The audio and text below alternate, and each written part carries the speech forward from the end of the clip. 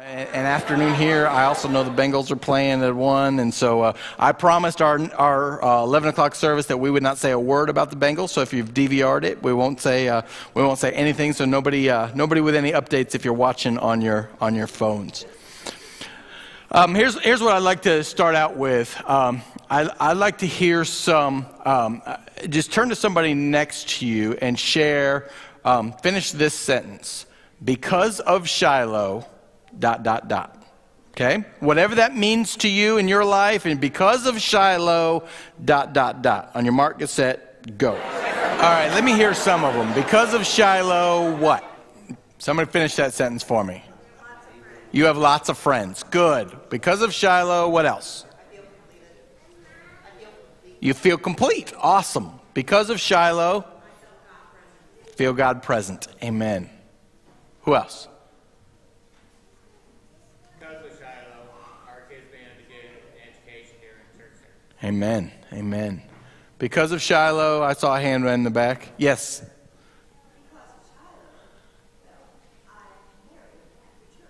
Amen.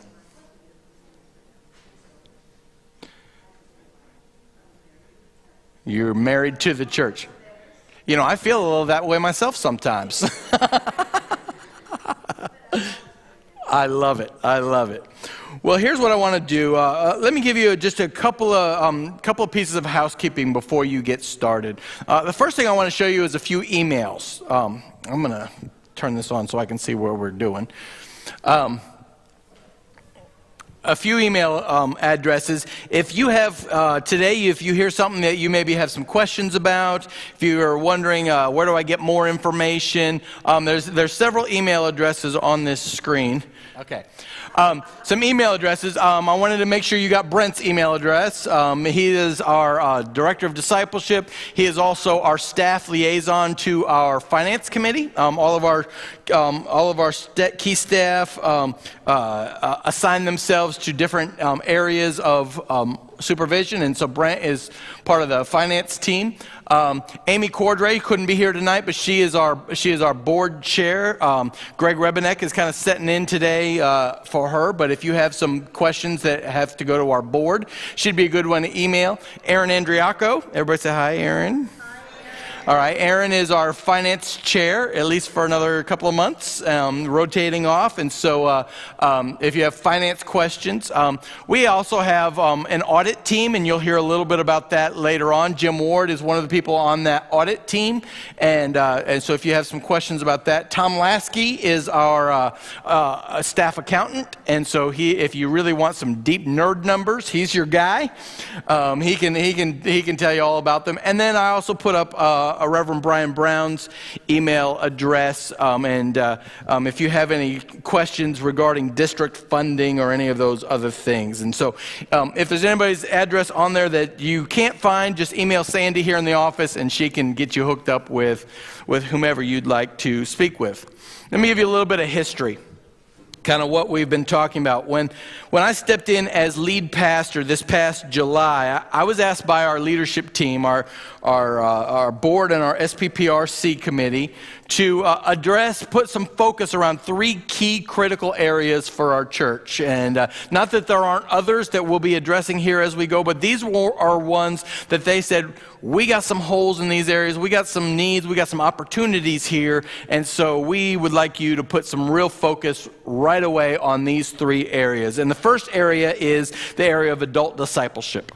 And so in adult discipleship, we began asking the question, how do we help adults in this church take the next step in their faith journey? And so you've seen many of the things we've done and put into place already, whether you're utilizing them or not. The message maps that you get in the bulletin every single week are designed to help adults take that next step in their faith journey. The subscription to Right Now Media, if you've probably heard that everybody in this church, if you have an email address, you have a free subscription to hundreds and thousands of discipleship resources through Right Now Media. And if you have questions on that, email us or let us know, and we'd be happy to hook you up with what that looks like. Wednesday nights, we began 5 weeks ago, and it's our goal. Wednesday nights were designed to help adults begin to form life groups and begin to get into accountable communities to move forward in their faith journey. So that's one area. The second area I was asked to focus on was on Price Hill. And we've put some real energy and effort around Price Hill. You know, Pastor Daniel has, many of you have met him. He's been here to preach a couple of times. You may have met him in other areas. If you've been serving at Price Hill at all, you've definitely met him there. We've also, in addition to bringing on Pastor Daniel as a staff pastor for Price Hill, we've also done some staff alignment, and which means that our staff team in our discipleship areas, especially children and youth in particular, but also in other areas, media teams and all these other areas, are beginning not just to focus on our Delhi campus, but on our Price Hill campus as well. So that Kathy is the director of children's ministries at both campuses, and she has done an amazing job developing a functioning children's ministry at Price Hill that is being led by volunteers and servants who are there each week. And Brent's done the same thing in the youth ministry, and we're beginning to see ministries form because we're taking a multi-church focus on those areas.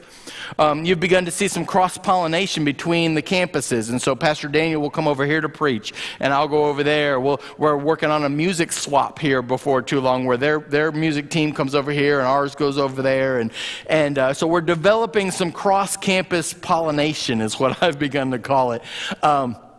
You've seen some changes in the bulletin, so we're trying to get more information into your hands about what's going on at Price Hill, how you can serve, how you can get involved, how you can give, and those types of things, so that you're aware of what's going on. You've heard me talk about some of the growth that we've already begun to see at Price Hill. Brent, you were at Price Hill this morning. Did you have a good time? Yeah. So it's an amazing place. God is doing some really great things over there. And here later on, we're also going to talk about some funding strategies that we've got put together, so that as we talk about money, you can understand kind of what the plan is in some of those areas. So that's the second area. And the third area, I was asked to focus some of my time and attention, and we're on our finances. Just really to think through stewardship development here at Shiloh Church at both campuses, to think through what would a 52-week-a-year focus on stewardship really look like. And you've seen some bits and pieces of that already. You've seen us where we've added the offering totals to the bulletin. For information. You've seen where every week before we take our offering, we give a mission moment, so that we're connecting people's money with our mission here in the church. And you've seen some little pieces of that. This meeting today is a part of that strategy to begin to develop. What we've heard from folks is that we don't talk about money enough in this church, and we want to hear more. People are hungry to hear some clear and honest answers to some clear and honest questions. And so part of my goal today is to be able to help answer some of the questions that we've begun to hear through this conversation, and to be transparent, to be able to say, here's what's happening, the good stuff, the bad stuff, the kind of stuff in the middle, and to be as transparent as we know how to be, so that at the end of this, the goal is, at the end of this conversation, in November, we're going to move into a season of stewardship, where all during November, I'm going to preach on stewardship. We're going to be talking about stewardship, and at the end of that campaign, you, like you are used to, you'll be given a pledge card. But we didn't think it was fair to ask you to make a pledge to something that you didn't have all the information on. So we wanted to use this time before we got to the stewardship campaign to be able to give you as much transparent information as we could, so that you could make an informed, prayerful pledge of what your giving in 2015 will look like to this church. My goal here today is to really answer three questions. And those three questions are, where are we really? Not where would we like to be, or where do we want to pretend to be, or where, but where are we really, honestly, transparently? How did we get here, and what should we do now? So if we can answer those 3 questions for you today, then I can feel like we've made a valuable use of your time today. At the end of our time together, there's going to be some action steps for you. We're going to ask you all to prayerfully consider a couple of action steps. We're going to leave a time for questions and answers, and I want you to know that we will answer those as openly and as honestly as we possibly can, not hiding anything or pretending on anything. We're going to move. There's a lot of information I'm going to share with you. That's why I provided you with these, so that you can, if you have a question along the way, I want to encourage you just to jot it down, because at the end, I'd hate for you to get to the end and be like, oh yeah, I had a question, but now I can't remember what it was. So I want to encourage you to jot it down if your mind works anything like mine does.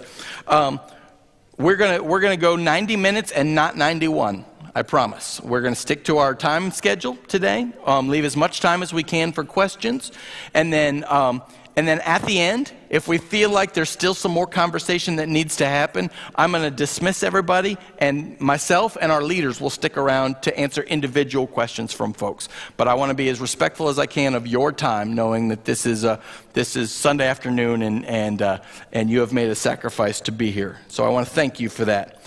Can I pray? And we'll jump in. Jesus, let this not be separate from worship, but in addition to and part of our worship today. Let this be part of the work you are doing in us and through us. Let our words be filled with your grace. Open our ears to hear only what you would have us to hear, and not what we would hear on our own. God, speak to us clearly. Open our hearts to hear your words. In Jesus' name, amen. All right, let's jump in. Like I said, I'm going to move pretty fast, but I'm going to try to keep it slow enough that everybody keeps up. If I start getting out of kind of up here, wave at me and I'll try to slow down a little bit. Sound fair? Where are we really? Here's the truthful answer to this. You have an answer? She's got a little hand raised. She knows where we are. Shiloh Church, let me, an honest evaluation of Shiloh Church. Shiloh Church is a vibrant, healthy, growing, missional church that I am incredibly excited to be a part of. I'm super excited to be a part of what God is doing here. My only hope would be to add the words financially sound to that list of really great things that Shiloh is doing. And I would have to say that in order to maintain integrity, at this moment, I would struggle to be able to add the words financially sound to that list. Now, I want you to hear me and be real clear about this, that Shiloh Church is not in a financial disaster. We are not in some sort of train wreck. We're not headed for bankruptcy. We're not in, financial trouble. We have some challenges. And this is the way I've been using to describe where we are. We are in a season of challenge. So, no matter what you hear from folks who came on Wednesday or in the parking lot or in the hallways or where the real meeting happens, right? No matter what you hear from folks, I want you to hear that we are in a season of challenge, but we are not in trouble. We're not in place. And every challenge is just an opportunity. A pastor friend of mine used to say that every setback is a setup for a comeback. I kind of like that. It's kind of a picture of we have an opportunity to see God do something amazing.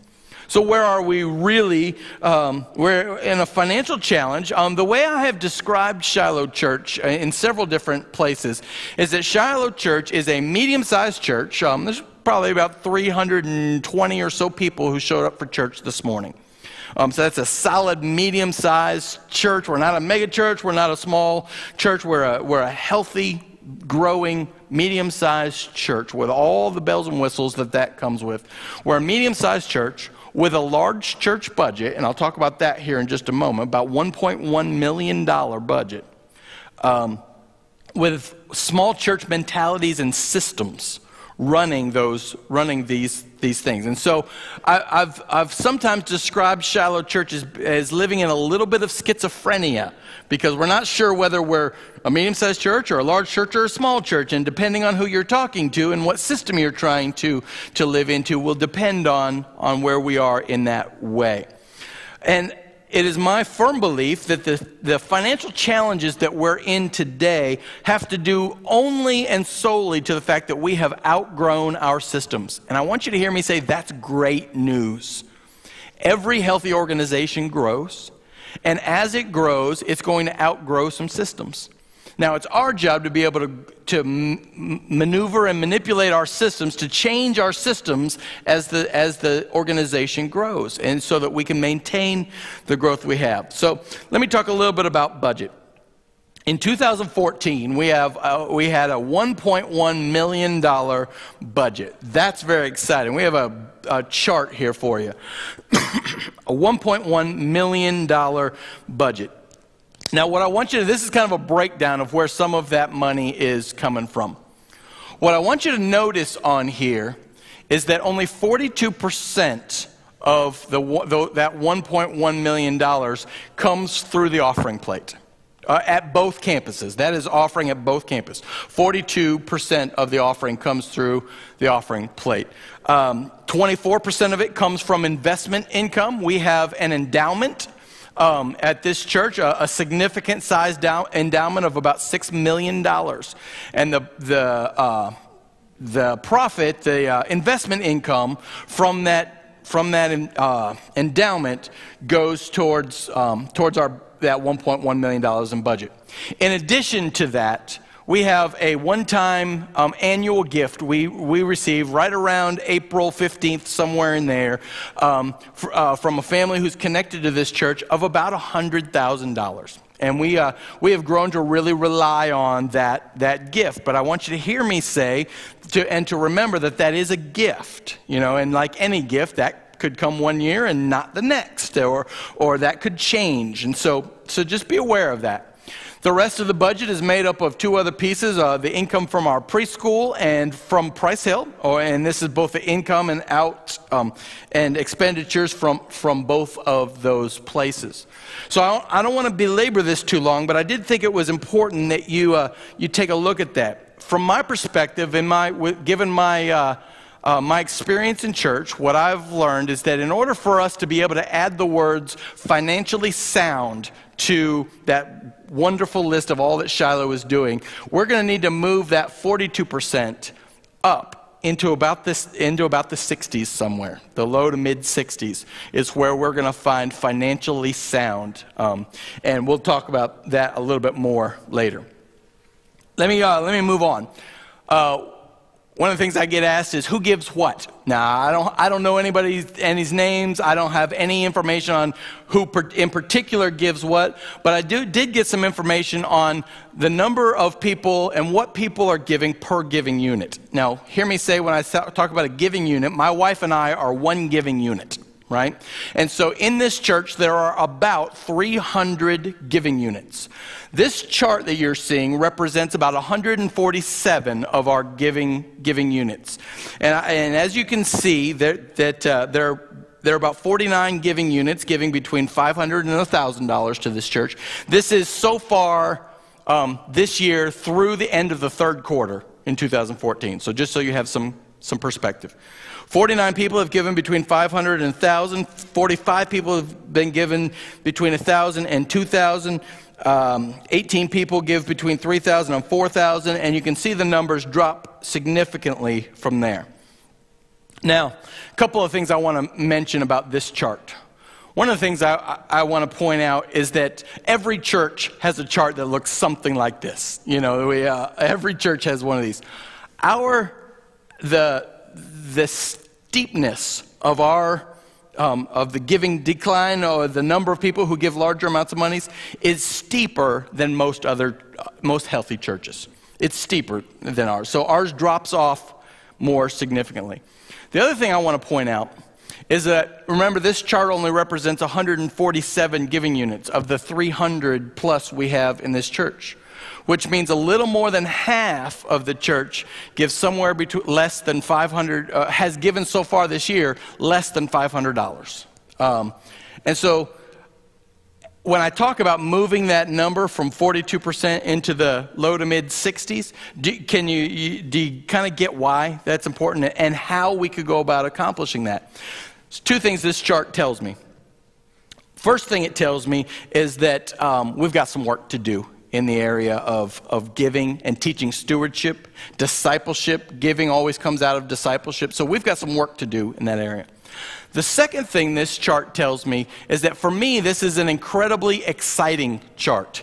Because what this tells me is that if we do a good job of teaching stewardship, if we do a good job of sharing the connection between our giving and our discipleship, what this means is that the sky's the limit for Shiloh Church. We have not even begun to touch the ceiling of what this church's giving capacity could be. And so there is incredible amounts of potential in this chart. So I look at this and I think it's pretty exciting. Let me give you one more piece of if this might help you understand this chart a little bit better. If the numbers really start to drop after you pass $3,000, after you drop those 18 people, the numbers really start to drop off. If you're tithing, if you're giving 10% of your household income, if you're tithing to the church, what that means is that anybody to the right, wait a minute, let me make sure I'm looking right. Yes, okay. Anybody to the right of that number 18, or anybody to the left of that number 18 has a household income, if you're tithing, of less than $40,000 a year. Okay, so if that kind of helps give a little perspective on where you are on that chart and where we are as a church, thought that might be a little bit helpful. Let me show you another one. This is total cash reserves over the last couple of years here at this church. As you can see from this chart, cash reserves have been on a pretty steady decline since 2013, the last few years. Some of it is some big chunks, and I'll tell you where those came from here in just a minute. But one of the things to notice on this chart is that we ended the year 2013 with virtually no cash savings in this church, and our 2014 budget did not address the need to replenish those savings, did not address any unexpected capital items, did not address any emergency spending that we may have to do. And so what this has left us with, the picture that this has left us with, if you can see in the green there, is a projected shortfall. By the time we get to March of 2015, we're looking at a possible projected shortfall of around $30,000 to $60,000. And that's a big deal. That's a big deal for us. Now, I want you to hear me say that is not an inevitable reality. There is lots we can and lots we are doing in order to make sure that we don't get there. And I'm going to tell you a whole lot more about that here in just a moment. But I do want to hear you to hear me say that if we do nothing, if we change nothing, if we keep spending like we've always been spending, if we keep giving like we've always been giving, then by the time we get to March of 2015, we will be in the red about $30,000 to $60,000. And we will have to make some difficult decisions in order once we get there. I want to show you one or two others. This next chart is just kind of for you, and again, I apologize, these are so small. I know you're having trouble reading them on your pieces of paper. I also want you to know we're going to make these all available online. So if you'd like to see them bigger and print them on your own computers, you're welcome to do that as well. But this just kind of gives you a little bit of an understanding of where money is spent here at Shiloh, how we allocate funds. It also shows how things have changed. Some categories have gone up, some categories have gone down. And our staff has done a pretty good job of trying to stay connected with the realities of our budget. But there have been some things outside of our budget that we've not been able to plan for. And so we're going to talk about those things here in just a minute. Now, one last chart. This last one is our Delhi offering. This is just here at this campus, giving over the since 2010. You can see that in 2010, 2011, 2012, the giving income projection was on a pretty good incline. That's an exciting way to look at growth in this church. Giving is one of the measures of health of a church. Not the only one, just one of them. And it's one of the ones we pay attention to. In 2013, we had a significant drop in giving. And in 2014, I'm excited to tell you, though August and September were not great months for us. They were lower months for us. I truly believe that if we can have the kind of impact we're trying to have, if we have a great last quarter, October, November, and December, and if people are really prayerfully considering what would my giving look like towards this end of this year, we could end the year on budget this year, or on or right around our budget area this year. So that's good news for us. Now, I also want to have some honest conversation with you all about Price Hill. Many of our Price Hill brothers and sisters are here in the house. Welcome, Price Hill. Glad you're here. Pastor Daniel finally stopped preaching and let you come. Yay. All right. Glad you're here. One of the questions that I've had asked to me a number of times is, if we're in a financial challenge, why are we funding Price Hill? Why are we pouring all this money into Price Hill? Well, I want to give you a little bit of a reality check here. And it's going to need to come with a little bit of history. In May of 2012, this church gathered, I think it was in this room, and voted to start a satellite campus at Price Hill. The vote was 76 yes, 12 no, and 2 decided not to vote. But this church voted that Price Hill would become Shiloh, and Shiloh would become Price Hill, and we would start a new movement of God in and through that community. Along with that vote came some understandings and some commitments financially, both from this church and from our conference and our district leaders. And the agreement we entered into was that on year one, our conference and our district would fund a significant, the largest portion of what was needed to get Price Hill up and running, about $90,000, in addition to some other monies that came in. And the commitment at Delhi was that we would be in for about $25,000. The next year, the plan was that the district would begin to lower their investment as Shiloh raised its investment. And so the next year, we were scheduled to receive $65,000, and Shiloh was scheduled to invest $50,000. In the third year, the district was going to fund $40,000, and Shiloh was going to fund $75,000. And if there was a need for a fourth year, there was some opportunity to have those conversations and look at that. Now, here's what I want you to know. We, as Shiloh Church, we did not follow through with our commitment to the funding of Price Hill. The district and the conference sent their money in, but Shiloh Church, we did not follow through with our commitment to that $25,000, nor to the $50,000 the second year. And so, up until August of this year, August of 2014, aren't those bells beautiful, by the way? Sometimes I just sit in my office and just listen to them. Really cool. Sorry, I'm a little ADD.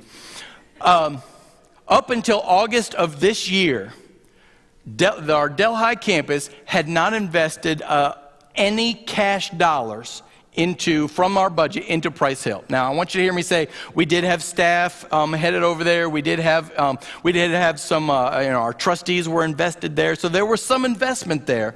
But as far as our budget goes, we did not live up to the $75,000 we had committed when we had this vote.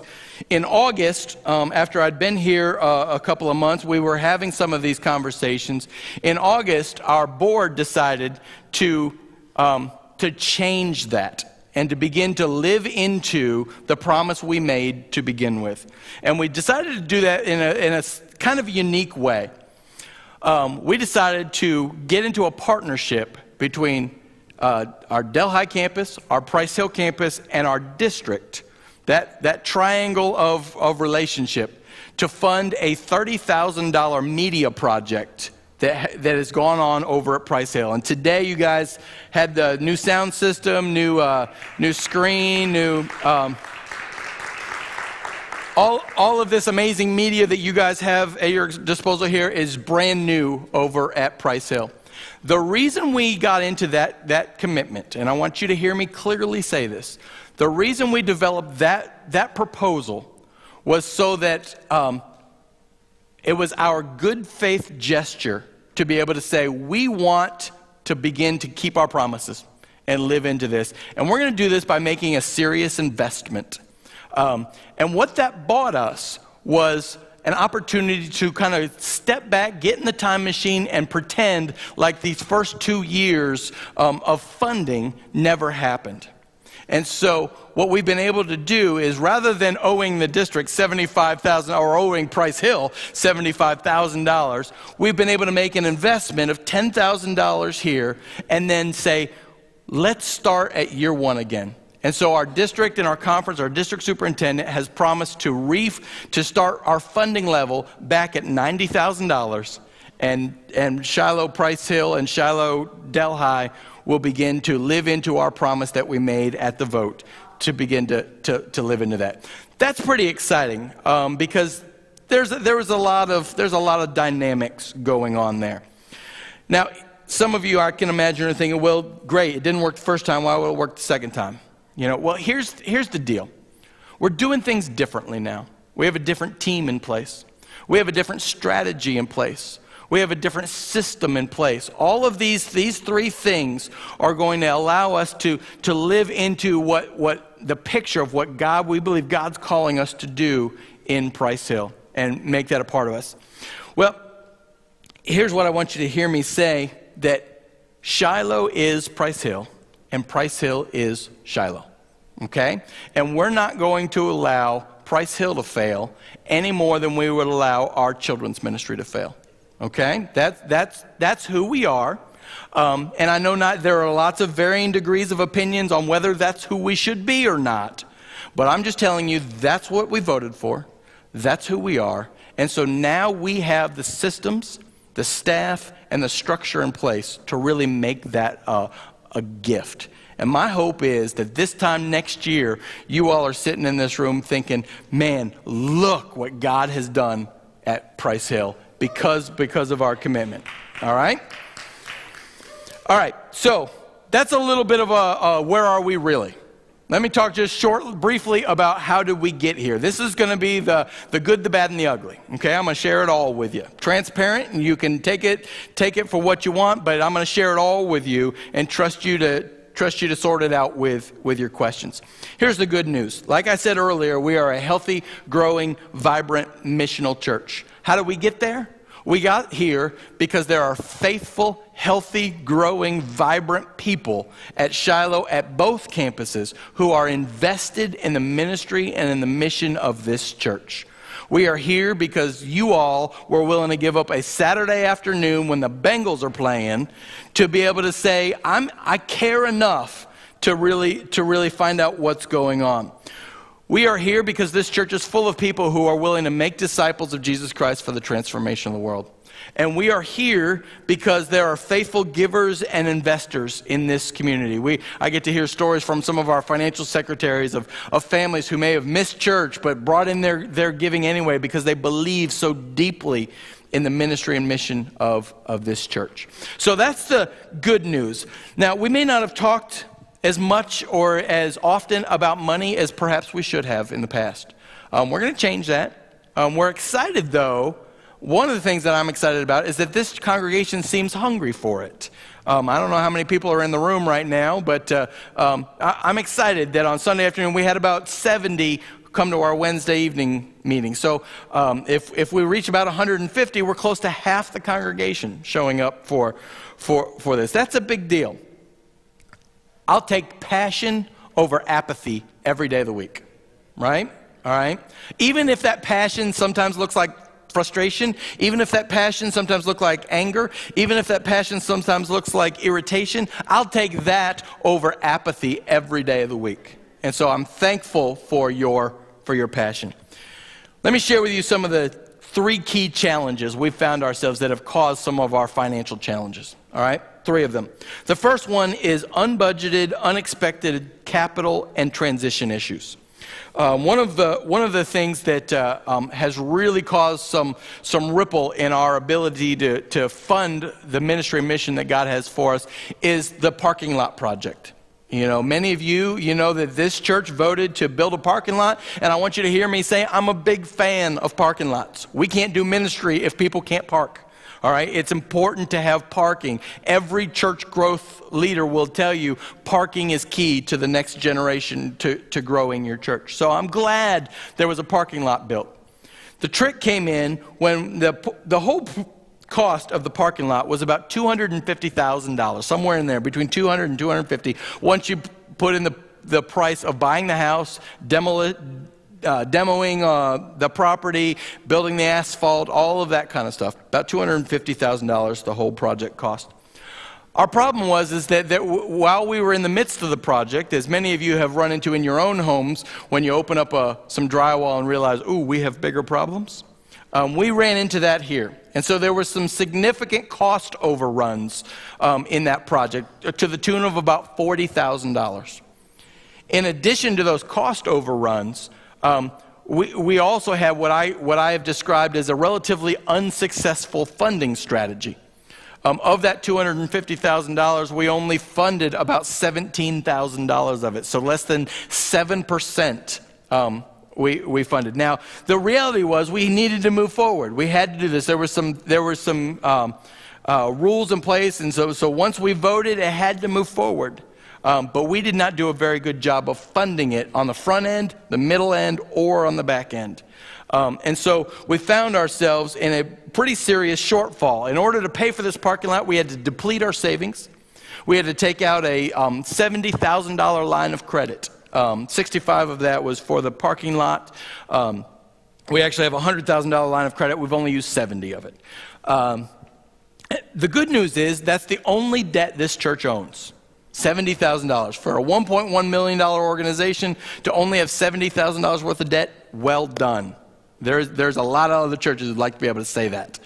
But part of the problem is that we don't have the budget space, we don't have the margin to be able to significantly pay off that debt. And so we don't have a good plan for that at this point. In addition to the parking lot, there were some other unexpected, unforeseen capital issues. You probably saw the backhoes and tractors out in the front yard this week.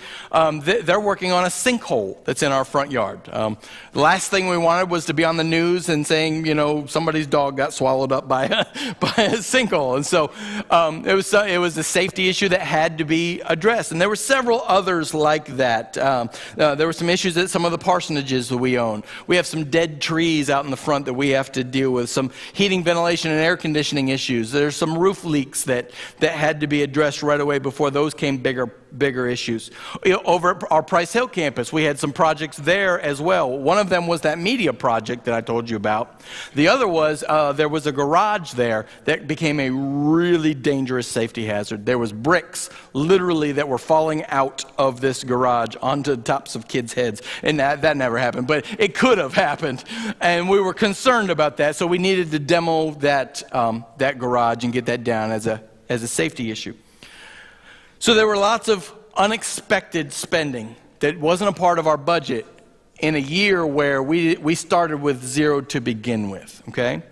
On top of that, and I want to own some of this, I want you to hear me say it's not cheap to change pastors, okay? So some of that is me. The moving costs, the housing upgrades, the difference in insurance costs, and all of these things. And not only did we change one pastor, we changed two this year. Both Pastor Daniel and myself came on board. And so all of these became part of this unexpected, unbudgeted capital and transition costs. The second key area that we're wrestling with, key challenge, was an area I've been calling mismanagement. I really wrestled with whether I wanted to use that word or not. That's a pretty harsh word to use, but I was thankful that some of our leaders said, you know what, Dave, don't try to sugarcoat it, just call it what it is. There were some areas that we should have seen coming and didn't. There were some areas that we should have paid better attention to and didn't have the right systems in place, and I'll share with you two of those right now.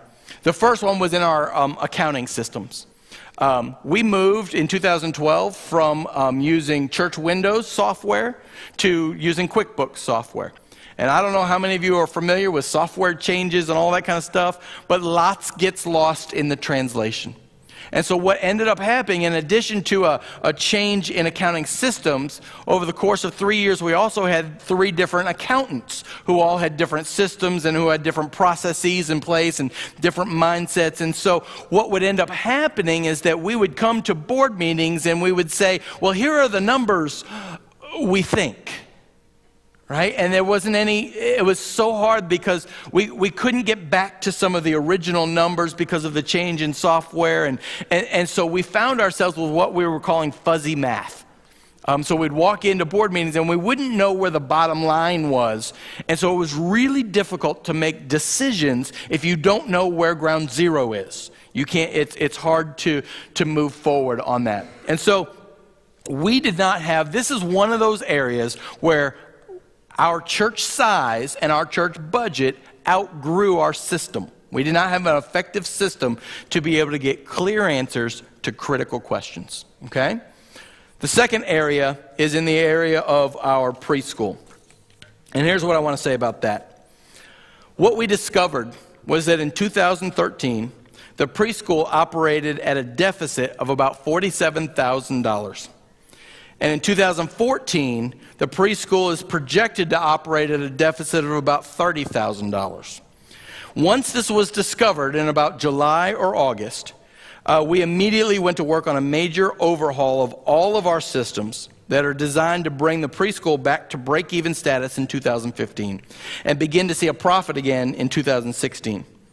These system changes included a change in director, some staff realignment, some programming changes, and financial and programmatic accountability systems that were put into place.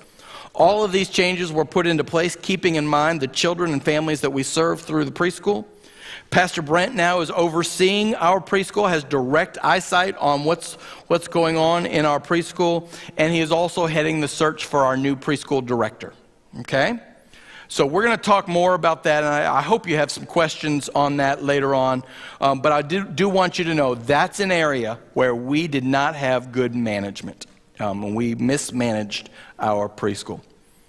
The third area of challenge for us was what I've begun to call a culture of overspending. In 2013, we spent $1.19 for every dollar we took in. Okay? As you can imagine, you can't live very long that way. Right? Unless you're the government. Did I just say that? Brent, you are here to discipline me. You know better than to let me say stuff like that. You dropped the ball on that one, man. I'm just telling you. We spent $1.19 for every dollar taken in. In 2014, we were able to get a handle on that. We were able to lower that number to about $1.13 for every dollar taken in. And we have a 2015 budget in the works that's going to completely address that issue. We got into a habit of living outside of our means. Remember when I said we're a medium-sized church with a large church budget with small church systems and mentalities? That's what led to some of that. And I want to be careful to note that it's not staff overspending or, that type of thing. It's not that our staff is kind of going wild with credit cards or anything like that. For the most part, most of this overspending was in one of 3 categories. Unavoidable capital, like the parking lot, lack of oversight, like the preschool, or fuzzy math, which is an indicator of our lack of having good systems in place. Okay? So, now that you've heard all that, let me share with you kind of where I think we're headed. What should we do now? The first thing I think you need to know is that we have an audit team in place. I've asked a couple of people from our congregation to begin to develop an audit. We started with the preschool and went line by line, receipt by receipt, through the preschool spending and income and all of that, along with Pastor Brent developing new systems. And so we have audited the preschool, and now we're moving on to auditing the entire church as a whole. The people on this audit team are people, one of them has CPA experience, one of them is deep in the business world, and so we wanted to get a picture from both those perspectives, the money perspective, but also from the systems perspective. In addition to that, because both of the people who are on this audit team are from inside the church, we wanted to go another level up on accountability and integrity in front of this congregation. And so what we chose to do was we're going to hire an outside firm to come in and not do another full audit. We've already done a good audit. We're going to hire a firm to come in and do a review of our audit and of our systems and of all the things we have in place here to help us be able to be even better managers of the resources that God has given us. So I want you to know that's happening, the internal and external audit. In addition to that, I've launched a 4-pronged plan that's beginning to address some of our immediate and some of our long-term needs. The first part of that plan started with a short-term strategic funding plan. Basically, this took the form of three areas. Our staff got together and cut about $18,000 out of the rest of the 2014 budget. They worked really hard to get creative and to get down to what do we have to spend in order to make sure we're making disciples of Jesus Christ. So they're working on about $20,000 of that. I'm working on another $20,000 of that. Some of you have been a part of conversations I've been having with folks in the congregation around some extra mile giving. And if you haven't yet, probably don't want to check your phone here anytime soon, because if Pastor Dave's calling you, that's probably what he's calling to talk about. All right? And the third area was our leadership board. And what I did was I challenged our leadership board to each raise, and all of the members of each of our individual committees, to raise $1,000 each for each individual. And I told them I didn't care how you did it, whether you just wrote a check for $1,000 or whether you did a lemonade stand or a garage sale. Or, I mean, ALS made $80 million with buckets of ice, right? I mean, we ought to be able to get creative and come up with some of that. So between these three areas, the goal was to raise $60,000 of free capital so that we move into 2015 not with a deficit, but right at that line where we can begin to move forward so that we don't have to spend the first 3 months of 2015 trying to dig out of a hole, okay? So the short-term funding plan was a part of that. The second one, I already told you about some of the budget cuts. We're also starting this year, we're doing budgeting a different way. Rather than saying, last year you had $12,000 to spend, this year you only have $8,000, and now go spend it.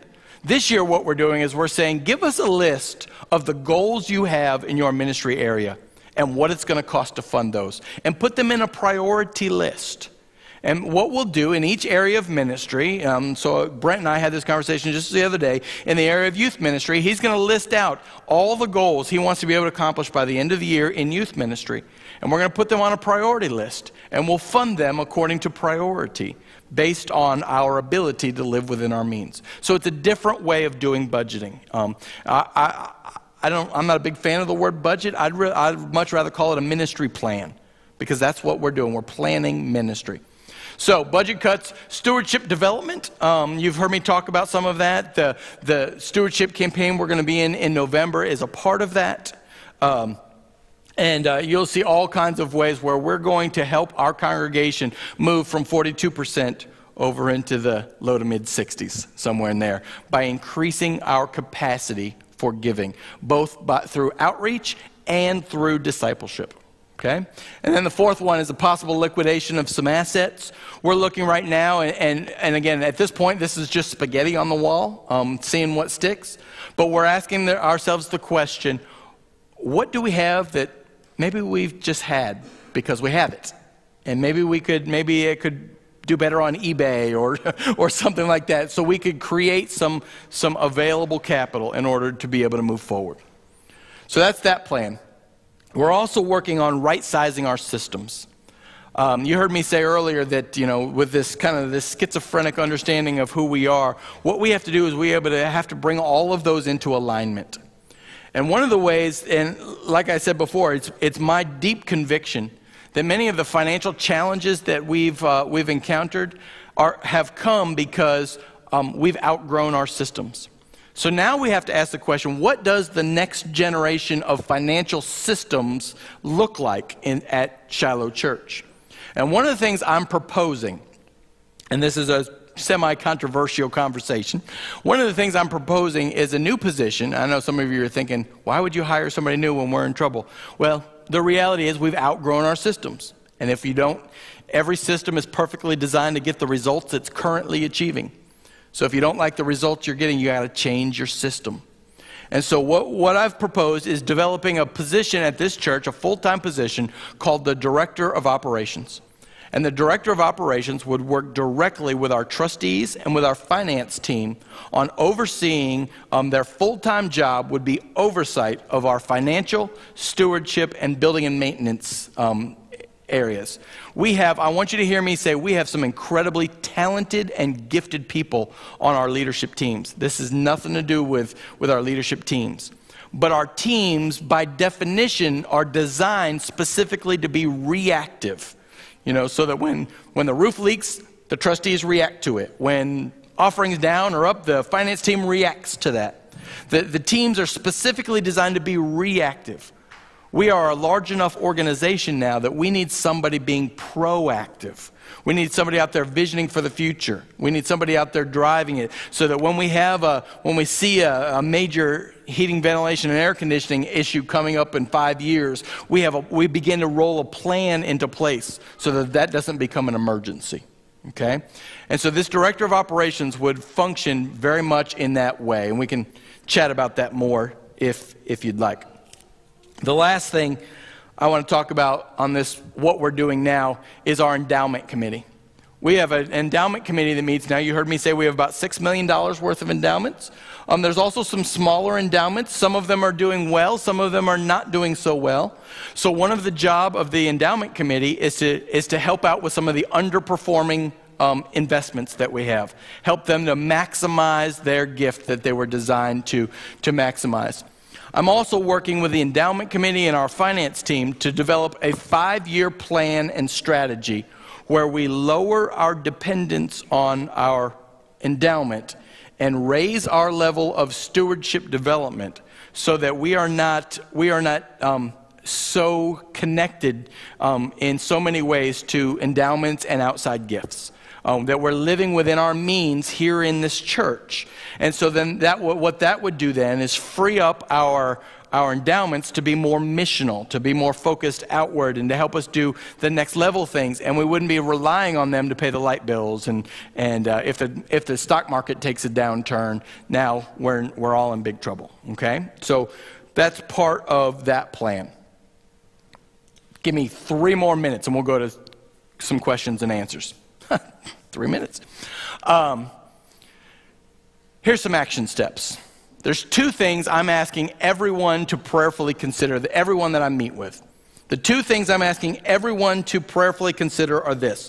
The first one is, could you make a one-time gift to Shiloh Church sometime between now and December 31st, over and above your regular weekly giving and tithing, in order to help eradicate this hole that we've gotten ourselves in, this $30,000 to $60,000 shortfall that we've projected. Could you make a one-time gift towards that? And that's one of the things I'm asking. The second, and for me, the more important thing that I'm asking, is for everyone in this church to begin to prayerfully consider, what would a pledge in 2015 look like that made God smile? Okay? I'm not asking anybody to think about percentages or actual numbers. I'm not going to ask everybody to up their pledge by $20 and that's going to, if you want to do that, that's fine. But I'm not asking that. I'm asking you to, during our stewardship campaign, during the month of November, would you commit to praying, God, what would a pledge in 2015 that made you smile really look like? And then to ask God for the courage to follow through with that pledge. So those 2 things are the action steps that I'm asking this church to prayerfully consider. A one-time gift before December 31st, and what would a pledge in 2015 that made God smile look like? Now, I want to move into a time where we have some questions, but I want to set up a little bit of boundaries so that we understand what we're doing. First of all, I want you to know I promise to answer every question within my ability, and our leaders as well promise to answer every question within our ability that does not compromise confidentiality or integrity. So in other words, if you ask me, hey, Pastor Dave, can you tell me on that chart who's the one who gives the $10,000 or more? I'm not going to answer that question. One, I don't know who that is. Two, that would be a breach of confidentiality, and so I won't answer questions like those. Second thing is, I want to remind us that we are a forward-looking organization. And so whenever there's a tendency, whenever things aren't going exactly the way we'd like them to go, there's a tendency to want to point fingers, blame, or look backwards. And so I'm going to encourage us during this question and answer time. I understand that, but I'm going to encourage us, and I'm going to try to guide our conversation. So if I feel like we're getting a little close to the blame place, I'm gonna try to guide us back towards some more forward-focused type of thinking. Does that sound okay? Sound like some fair rules? Okay. Questions about what we said? Sue.